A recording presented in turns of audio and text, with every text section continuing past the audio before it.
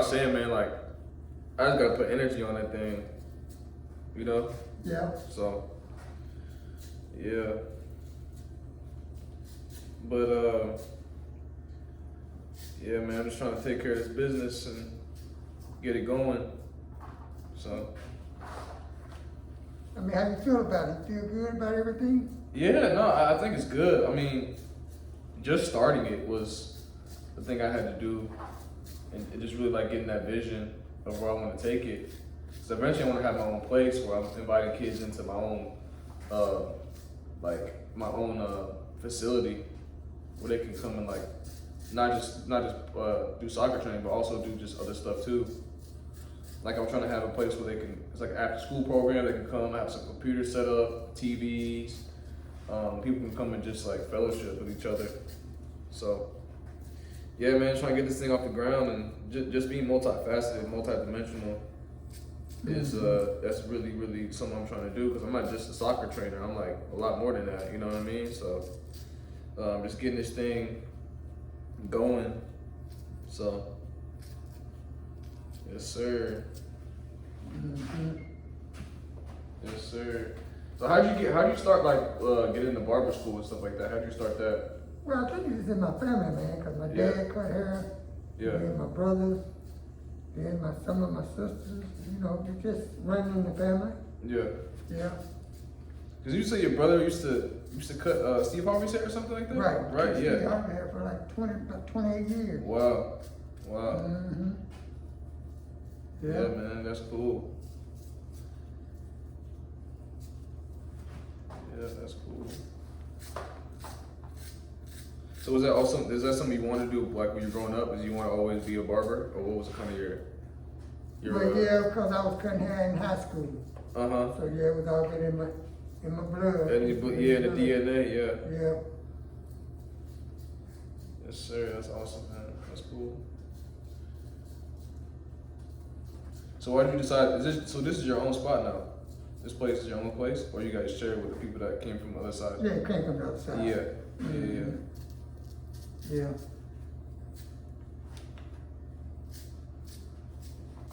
I feel good though about everything, man. Like I say, I'm probably gonna end up doing some things over in Fort Worth with my brother. Yeah. Getting your own. Yeah, I remember you talking about getting your own shop over there. Yeah, we're gonna have a place over there because he got a barber college over there. Yeah. Basically, gonna take some of the kids from the college and take it over to the shop, you know, to the salon. Yeah.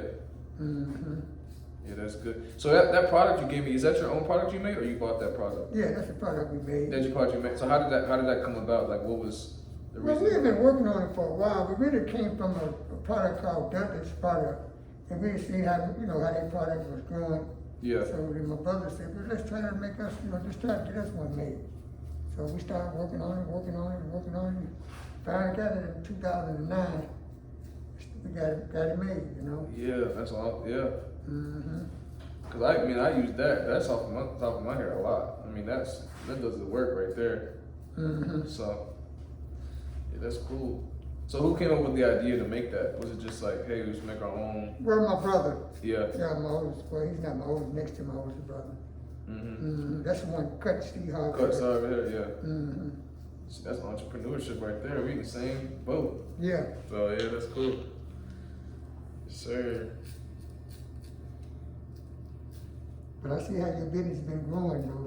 At the time since you started, Well, I came here. Remember, we were on the other side of the other street talking about it, and I just got started. When I came back home from not making that soccer team, I just like, man, I feel like God was telling me to do this now. He's speaking to me, hey, not your will, but my will, and I had to just step into what He already had placed in my life, Right. And yeah, I had to step into it, and it's grown, and I'm still continuing to grow right now. So I got the merch out, I got a website up, trying to write a children's book. It's here pretty soon, probably next year. So yeah, just trying to keep going, being in pursuit of what's next, right? I always gotta be constantly pursuing that, and yeah, yes sir. And you're getting, you see some things that you need to work on? Oh yeah, always. I think just growing my clientele getting my name out there, always being present on like social media, promoting my business, promoting myself. Just always being in that light and like showing people who I am every day could help out, you know, just grow my business and grow myself as an individual too. So yeah. So how did the name Alley Cats come about? Is that something you kind of? No, her name is Alex, the young lady that's on the face. Oh, okay. Yes, that's her name is Alex, and she just added Alley Cats onto it. Yeah. She's been doing that for a long time too. She's been in business a long time. Yeah. Yes, sir. That's cool though. Well, I gotta get you some merch, man. I gotta get you something, a hat or something. So I gotta get you some merch. Okay. Yeah, whatever you want. You want a hat or what? What's your like thing? You like hoodies or just a shirt? Cause I have like a hoodie would be nice. A hoodie? Yeah, hoodie. I got you. I got you a hoodie. Yeah. What color would you want? I got like navy blue, gray, white. I mean, you can really get any color you want, to be honest. I like gray. The blue gray? Okay. Yeah. Yeah. Yeah.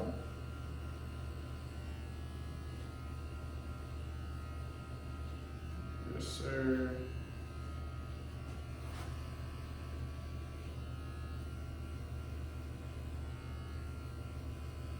Is it a certain age that you train? Man, I train all ages. So I train, a lot of my demographic is just little kids like 5 to 9. Just getting started out. And then I also have some high school clients as well. Even some kids that are in college. Okay. Or just enter college this fall as freshmen. Yeah, so I train all ages. Okay. Yeah, and I even trained some older people too. I was training this couple weekends ago, and they just wanted to do soccer training just for fun. Right. They're playing this adult league, and they just want skills. You know, they just wanted to get better with skills. So I just did that. I trained this. Who else did I train? I think I'm gonna start training this guy next week who's playing in like a Sunday league team, just like a rec team. But like, man, these kids are good. It's like, I want to be good just like they are. So like, you know, some people just want to do it for pleasure and they want to be good at it. Like some people it's fun being good at what you do though. Right. It's fun, it's enjoyable, right? And like, if you can get better, it's gonna increase like the excitement, the amount of fun you have, overall joy, outlook on life is gonna increase too when you're loving it, what you do. Could be even playing like, he's not trying to go pro, he's just trying to play in the Sunday league team just for fun, but he wants to be good, you know what I mean? Right. So yeah, just that joy for the game is something that is important. So.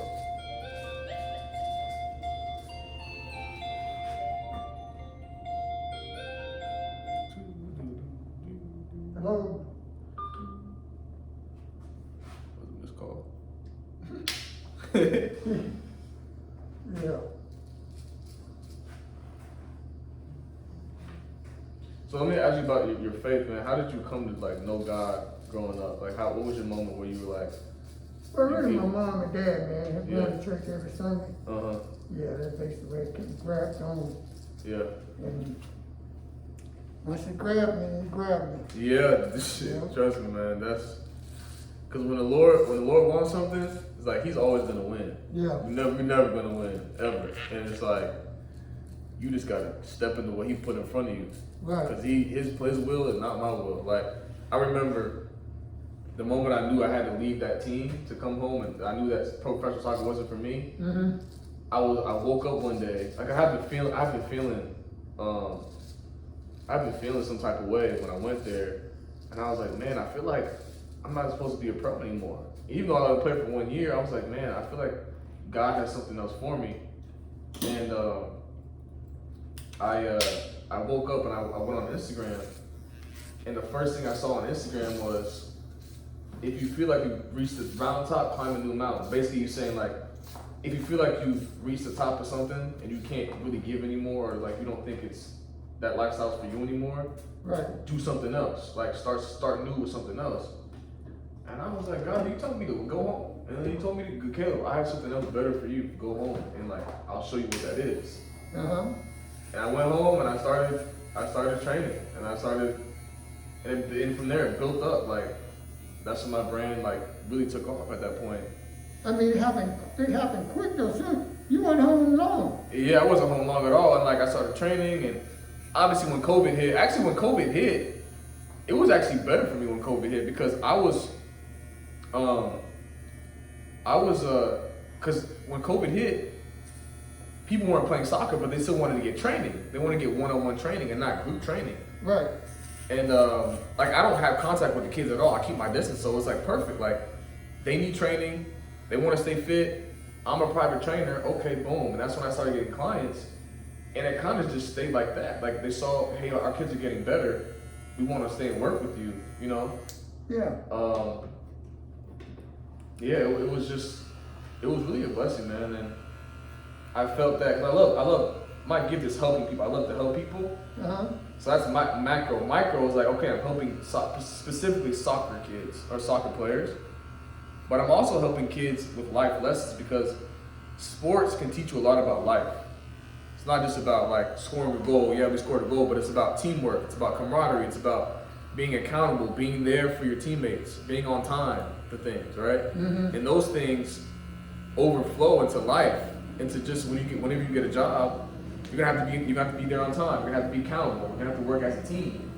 And sports can teach you that. So I'm not just teaching kids how to, I'm teaching kids to become better soccer players, but I'm teaching kids how do you make good life decisions as well. So I mean, just that helping aspect, I knew that God had put that in front of me, and I was like, I gotta walk in that. And I remember I took the Greyhound bus all the way home that day. It was a 12-hour Greyhound bus ride. And that whole time I was thinking, I was like, okay, I just took a big leap of faith because I just walked away from a professional contract essentially. But God was like, no, I got something else for you. Like professional soccer is great, and there's a lot of friends that I do and that play soccer and they're great. But for my life, He was like, I need you to go somewhere else. I got something else planned for you. So I just got to step into it. You know what I mean? So yeah. I mean, it didn't take long either, man. It was just your business. Like when you came home, it just.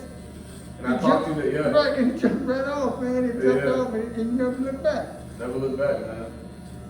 If I can be my own boss, man. Like, it's the best feeling in the world. I'm controlling my time, controlling my energy, you know. But the thing is, I'm always selling myself too. Like I'm always constantly like every day I train. I have to go to work. I gotta sell myself because parents are paying me to help their kids. Like I gotta make sure I'm on my A game. Right. You know what I mean? Right. So I gotta make sure I'm doing my best every day to help these kids, man. Because it's all about that next generation of kids and of leaders in this country. You know. Right. So if I can do my part and develop that and just do my part, man, and impact the way I can impact is something I'm gonna keep doing it, man. I love it, so. Yes, sir. And you good with people too.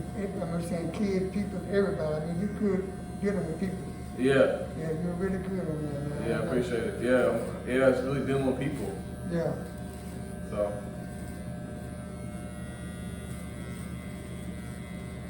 They get me right with this fresh cut. Yeah. As always.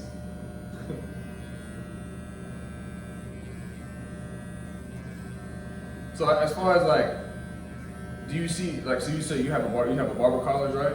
Yeah. Are you gonna get one? We have a barber college. You have a barber college for work, okay? Yeah. And how many people do you have there? It's 52. Oh, 52 wow. students. Okay. So how does that program work? How long is the program? It's like 12 months.